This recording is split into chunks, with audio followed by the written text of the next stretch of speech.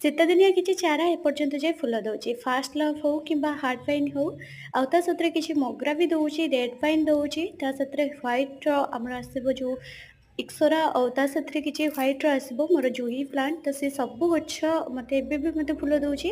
ଆଉ ଗୋଲାପ ତ ମୋର ବାରମାସୀ ଫୁଲ ଫୁଟୁଛି, ଏବେ ବି ମତେ ବହୁତ ଗୁଡ଼ିଏ ଫୁଲ ଗଛରେ ଅଛି।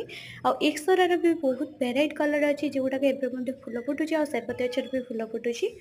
ସେବତୀ ଯେତିକି ମୋ ପାଖରେ ହାଇବ୍ରିଡ୍ ଥିଲା ଆଉ କିଛିଟା ଦେଶୀ, ସବୁଥିରେ ଏବେ ଭରପୁର ମାତ୍ରାରେ ଫୁଲ ଅଛି। ଆଉ କିଛିଟା ଥୋପା ଚାନ୍ଦିନୀର ଫୁଲ ଆସିଛି, ଟେବୁଲ ରୋଜ୍‌ର ଆସିଛି, ଆଉ କିଛି ଇମ୍ପେସନ୍‌ର ଆସିଛି, ଆଉ ତା ସାଥିରେ କିଛି ପର୍ଚୁଲାକାରେ ବି ମଧ୍ୟ ଭରପୁର ମାତ୍ରାରେ ଫୁଲ ଆସିଛି। ଏଇଟା ଗୋଟେ ମୁଁ ବଡ଼ ସାଇଜ୍‌ର ଟବ୍‌ରେ ଲଗେଇଛି, ଯୋଉଗୁଡ଼ାକ ବହୁତ ହି ଭେରାଇଟି ମିକ୍ସ କଲର୍ ଅଛି।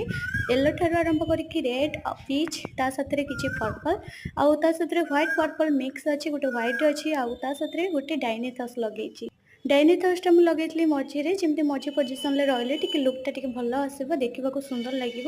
ଡାଇନିଥସ୍‌ର ଆଜି ଗୋଟେ ନୂଆ ଫୁଲ ଫୁଟିଛି, ଯୋଉଟାକି ବହୁତ ବଢ଼ିଆ ଦେଖାଯାଉଛି। ଆପଣ